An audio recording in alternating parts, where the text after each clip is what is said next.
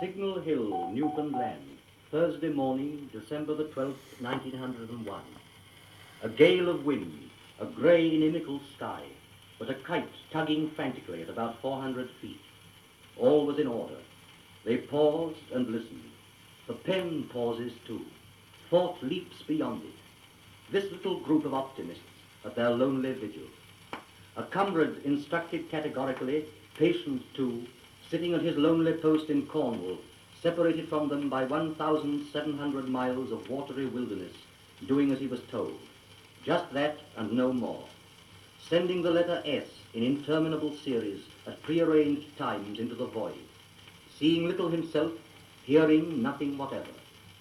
And the man to whom it meant so much, whose years of unremitting work had brought him to this grim day and this hour, what of him? He sits eager, expectant at a telephone, connected to a self-resisting coherer, not entirely trusting the receiving apparatus. And time moves on.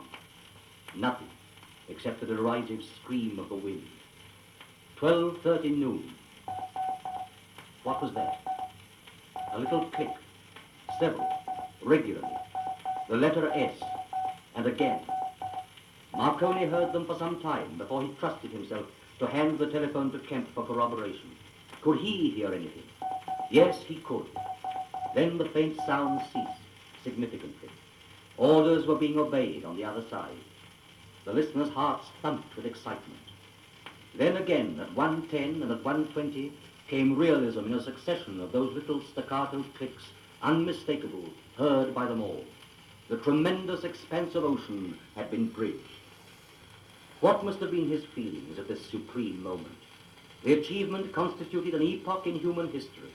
The lives of millions, of every race and creed, would be affected as from this hour.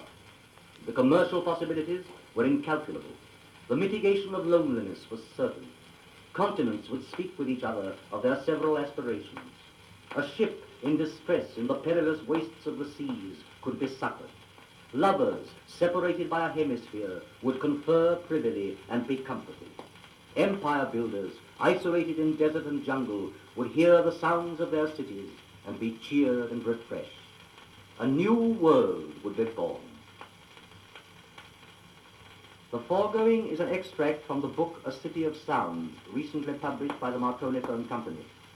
If you will send us the name and address of a friend who you think would appreciate the fine qualities of a Marconi phone, and to whom we may mention your name as a recommendation, we will gladly send you free of charge a copy of this interesting book. An addressed and reply-paid postcard is provided with this record. If you are pleased with the reproduction of this instrument, give us the opportunity of demonstrating to one of your friends.